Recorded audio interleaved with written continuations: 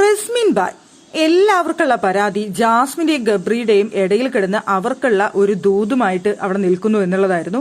ഒരു ദൂത് കൈമാറാൻ വേണ്ടിയിട്ടുള്ള ഒരു മത്സരാർത്ഥി, അവർ എന്ത് തെറ്റ് ചെയ്താലും അവരെ സപ്പോർട്ട് ചെയ്യുന്ന മത്സരാർത്ഥി എന്നൊക്കെ പറഞ്ഞുകൊണ്ട് റസ്മിന്റെ അടുത്ത് പ്രേക്ഷകർക്ക് അത്രയും കലിപ്പ് എന്ന് പറഞ്ഞു കഴിഞ്ഞാൽ അത്രയും കലിപ്പായിരുന്നു. എന്തായാലും റസ്മിൻ അങ്ങ് മാറ്റി പിടിച്ചിരിക്കുകയാണ് ഗെയിം. ഇനി ഗബ്രിയും ജാസ്മിനും എന്ത് പറഞ്ഞിട്ടും ഒരു രക്ഷയില്ല എന്നുള്ളതാണ് ഇപ്പൊ കാര്യം. കാലത്ത് തന്നെ ഗബ്രിയും അതുപോലെ റസ്മിനും തമ്മിൽ ഉഗ്രം വഴക്ക് നടന്നു. ഓൾറെഡി ഗബ്രിക്ക് റസ്മിന്റെ കാര്യത്തിൽ ഭയങ്കര ദേഷ്യമുണ്ട്.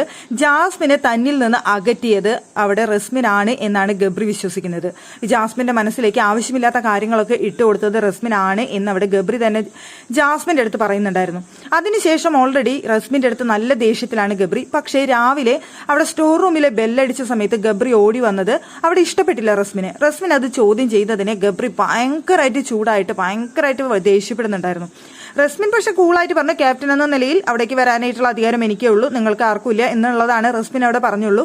പക്ഷെ ഗബ്രി ഭയങ്കരമായിട്ട് ഓവറായിട്ട് റിയാക്ട് ചെയ്തു. അപ്പൊ അവിടെ ജാസ്മിൻ ഗബ്രിയുടെ അടുത്ത് ചോദിക്കുന്നുണ്ടായിരുന്നു, നിനക്ക് അവളുടെ അടുത്തുള്ള ദേഷ്യം ഈ വിഷയമല്ലല്ലോ, നിന്റെ മനസ്സിലുള്ള പല ദേഷ്യങ്ങളല്ല നീ അവളുടെ അടുത്ത് കാണിച്ചുകൊണ്ടിരിക്കുന്നത് എന്ന് ജാസ്മിൻ ചോദിക്കുന്നുണ്ടായിരുന്നു ഗബ്രിയുടെ അടുത്ത്.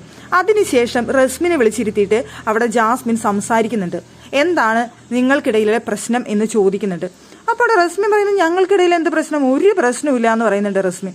അല്ല, ഞങ്ങൾ തമ്മിൽ ഇപ്പൊ സംസാരിച്ചിരുന്നു, നിനക്ക് എന്താണ് പ്രശ്നം, എന്താണ് കുഴപ്പം, ഇപ്പൊ ഈ വഴക്കുണ്ടായത് നിന്നെ ബാധിക്കില്ലേ എന്നൊക്കെ ചോദിക്കുമ്പോൾ അവിടെ റസ്മിൻ പറയുന്നുണ്ട്, നിങ്ങൾ തമ്മിൽ ഇനിയിപ്പോ എന്തുണ്ടായാലും എന്ത് വഴക്കം നടന്നാലും ആരെന്റെ അടുത്ത് ചൂടായാലും എന്നെ ഒന്നും ബാധിക്കില്ല, ഒരു പ്രശ്നവും എനിക്കില്ല, ഒരു ചുക്കും എനിക്കില്ല എന്നവിടെ റസ്മിൻ പറയുന്നുണ്ട്.